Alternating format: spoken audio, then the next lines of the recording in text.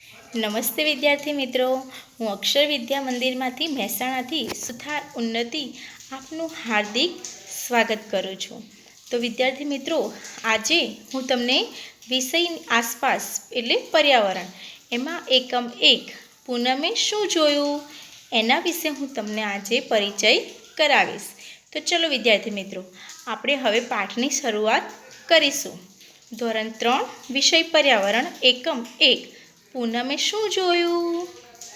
પૂનમે શું જોયું? પૂનમ ઘરે હતી, તે બીમાર હતી. આજે પૂનમે એની માને કહ્યું, માં, મને આજે શાળાએ જવા દો. હું છેલ્લા 2 દિવસથી ઘરે છું. હું કંટાળી ગઈ છું. આ સાંભળી તેની માએ કહ્યું, પરંતુ તને તાવ છે. જા, બહાર ખાટલા પર જઈ સૂઈ જા. તો વિદ્યાર્થી મિત્રો, જુઓ, અહીંયા પૂનમ બીમાર છે અને તેની માને કહે છે કે મારે સ્કૂલે જવું છે. તો પણ એ બીમાર હોવાથી આપણે પણ હોય છે કે એક જણ તાવ આવે કે એક જણને શરદી ઉધરસ કશું થયું હોય તો આપણા પેરેન્ટ્સ આપણને સ્કૂલે મોકલતા નથી. એવી રીતે પૂનમની માતાએ પણ એને કહ્યું કે ના, આજે તને તાવ આવે છે તો તું આજે સ્કૂલે જઈશ નહીં અને આજે ઘરે રહીને આરામ કરજે. એટલા માટે એની માતા એને કહે છે કે જા બેટા, તું બહાર જઈને ખાટલામાં સૂઈ જા. તો પૂનમ બહાર ગઈ, ખાટલા પર સૂઈ ગઈ.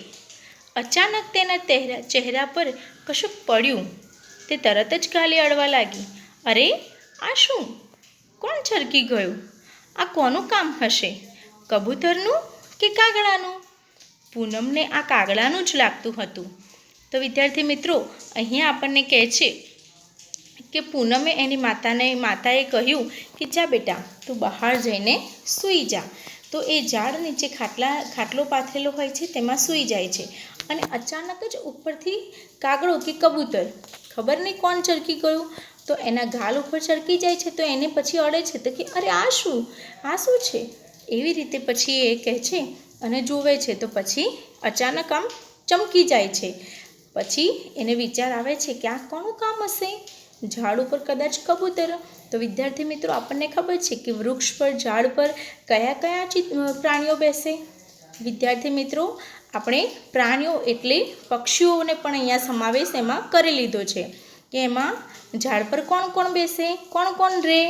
તો આપણને ખબર છે કે ઝાડ પર કબૂતર, કોયલ, પોપટ, ખિસકોલી, વાંદરો, કીડી, ચકલી, પતંગિયું વગેરે વગેરે ઝાડ ઉપર પક્ષીઓ અને વગેરે પ્રાણીઓ બેસતા હોય છે.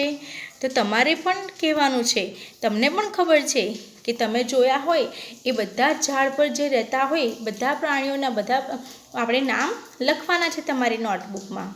બરાબર? આપણે ઘરમાં રહીએ છીએ, બધાનું રહેઠાણ અલગ અલગ હોય છે. એવી રીતે પક્ષીઓ પણ ઝાડ પર એમનું ઘર બનાવીને રહેતા હોય છે. તો આ ચિત્રમાં તમને દેખાય છે વિદ્યાર્થી મિત્રો કે ઝાડ પર કોણ કોણ બેઠેલું છે? કબૂતર છે, પછી એને નીચે ડાળી પર એક કીડીઓ બધી લાઈનમાં ચાલે છે, ખિસકોલી બેઠી છે, ત્યાં બેઠી બેઠી કશું ખાય છે, કાગડો છે, વાંદરો છે, કોયલ છે, પતંગિયાઓ બેઠા છે, ઉડે છે, ત્યાં ચકલી બેઠી છે. બરાબર? તો આ રીતે આપણને આવા બીજા પણ આપણે ઘણા પક્ષીઓ અને પ્રાણીઓનું ખબર છે વિદ્યાર્થી મિત્રો, તો કે કોણ કોણ બેસે છે. બરાબર? જ્યારે આપણે ફરી મળીશું ત્યારે હું તમને હોમવર્કમાં ચેક કરીશ કે તમે ઝાડ પર કયા કયા પ્રાણીઓ રહે છે એનું તમારે નામ લખવાના છે. તો પછી એ વિચારે છે કે આ કાગડાનું હશે કે કોનું હશે? પછી પૂનમ ઉપર જોયું. પૂનમના ગાલ ઉપર જે ચરકી ગયું કાગડો છે કે કબૂતર એને ખ્યાલ નથી, એટલે ઉપર ઝાડ ઉપર જોવે છે. તેને વૃક્ષ ઉપર ઘણા બધા પ્રાણીઓ જોયા, તેમના નામ જણાવો. તો આપણે આ ચિત્રમાં જે જોયા, બરાબર, તો આ ચિત્રમાં જે પક્ષીઓ અને પ્રાણીઓના નામ છે એ તમારે આ નીચે તમારી જે નોટબુકમાં જે ખાલી જગ્યાઓ છે એમાં લખ્યું છે વિચારો અને લખો. તમે જોયેલા પંખીના નામ લખો. તો એમાં ઝાડ પર બેઠેલા છે એના પણ લખવાના છે અને તમે જે જોયેલા છે પંખીઓના નામ એના પણ આપણે એમાં નોટબુકમાં તમારે લખવાના છે. પછી પૂનમે જમીન પર પડેલું એક પાંદડું લીધું અને પાંદડું તેના ગાલ પર ઘસ્યું. હજુ પણ તેને ગાલ ચીકાસવાળા લાગતા હતા. પૂનમે વિચાર્યું, તળાવ પર જઈ મારા ગાલ ધોવા જોઈએ. પૂનમ તળાવ પાસે ગઈ. તો પૂનમે એક નીચેથી પાંદડું લીધું વિદ્યાર્થી મિત્રો, તો એના ગાલ પર ઘસ્યું, પણ એને લાગ્યું કે હજુ મારા ગાલ ઉપર ચિકાસ છે, એટલે એને વિચાર્યું કે બાજુમાં તળાવ છે, તો બાજુના તળાવમાં જઈને એ ગાલ ધોવા માટે જાય છે.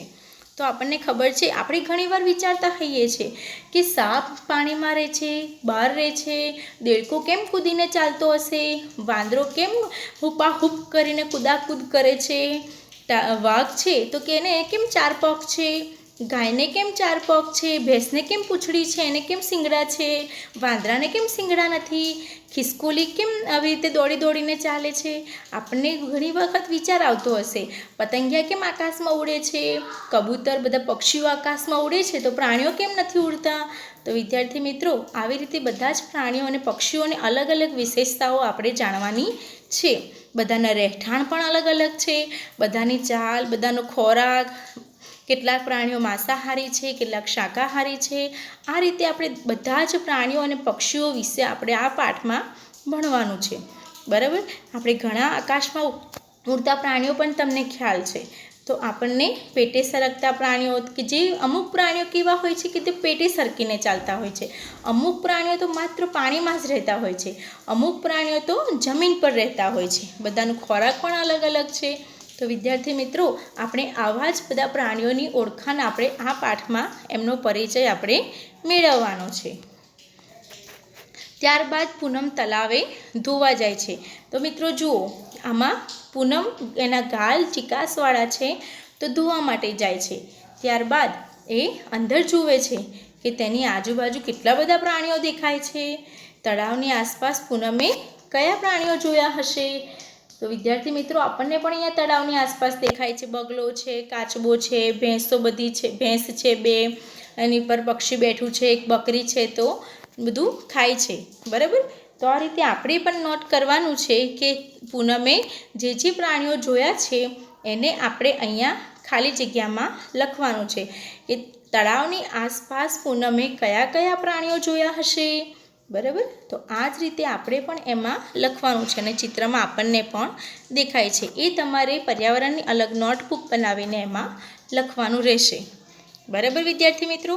તો આજે આપણે માત્ર ચિત્રમાં જે પક્ષીઓ, જે પ્રાણીઓ છે એ લખવાના છે, અને જે આકાશમાં ઉડી શકે એવા 5 પક્ષીઓના નામ તમારે નોટબુકમાં લખવાના છે.